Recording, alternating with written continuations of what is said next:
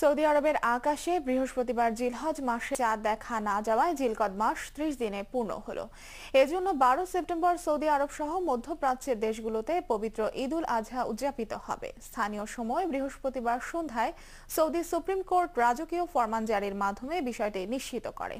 Saudi আরব সহ মধ্যপ্রাচ্যের দেশগুলোর একদিন পর বাংলাদেশে উদযাপিত হয় ঈদ। সেই হিসেব অনুযায়ী ১৩ সেপ্টেম্বর বাংলাদেশে ঈদ হওয়ার কথা রয়েছে।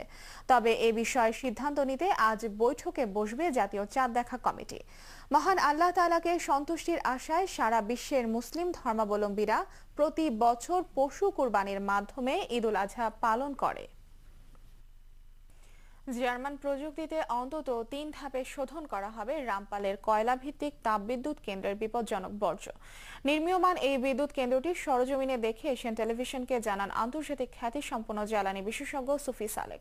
অত্যাধুনিক প্রযুক্তি ব্যবহারে সুন্দরবনের পরিবেশ বিপর্যয়ের আশঙ্কা নেই বললেই চলে বলেও মনে করেন তিনি। আরও জানাচ্ছেন তৌহিদ শান্ত, ছবি তুলেছেন সবুজ সরকার।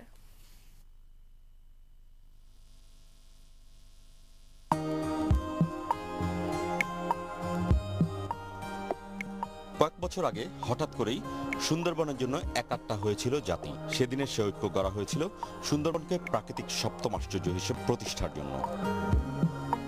অনেকটা অনগ্রসর দেশের দক্ষিণ পূর্বাঞ্চলের মানুষের জন্য কর্মসংস্থান প্রয়োজন কলকারখানার। যে জন্য রামপালে বিদ্যুৎ কেন্দ্রের সিদ্ধান্ত সরকারের। প্রতিবাদে মাঠে নামে বাম রাজনৈতিক মতাদর্শের সংগঠন তেল গ্যাস বিদ্যুৎ বন্দর রক্ষা জাতীয় কমিটি। বিতর্কটা ঠিক আছে, যেহেতু সুন্দরবন আমাদের অহংকার, সুন্দরবন আমাদের মায়ের মতো রক্ষা করে। এটা নিশ্চিত হয়েছে যে এটা 14 কিলোমিটার বা 14 কিলোমিটারের একটু কম বেশি, সামান্য কিছু কম বেশি দূরত্বে রয়েছে সুন্দরবনে। আন্তর্জাতিক খ্যাতিসম্পন্ন এই জ্বালানি বিশেষজ্ঞ বলছেন, পরিবেশের জন্য কম দূষণীয় আলট্রা ক্রিটিক্যাল পদ্ধতিতে রামপাল বিদ্যুৎ কেন্দ্রে কয়লা ব্যবহার করা হবে। আমাদের ক্ষেত্রে আমাদের একটা মাত্র বিদ্যুৎ কেন্দ্র আছে, কয়লা ভিত্তিক বিদ্যুৎ কেন্দ্র বড়পুকুরে। এটা সাব ক্রিটিক্যাল। তো sub critical, super critical, ultra super ক্রিটিক্যালের পার্থক্য হলো কম কয়লা ব্যবহার করে, যদি উপরে যেতেছেন কম কয়লা ব্যবহার করে বেশি বিদ্যুৎ উৎপাদন করা যায়। লাভটা কি জানেন? এই কয়লার মধ্যে যে কার্বন, আমি যদি এত বিদ্যুৎ উৎপাদন করতে যেতাম, আরো বেশি কয়লা ব্যবহার করতাম, কার্বন ডাইঅক্সাইড এমিশন বেশি হতো। প্রাইমারিলি কার্বন ডাইঅক্সাইডের এমিশন কমানোর জন্য।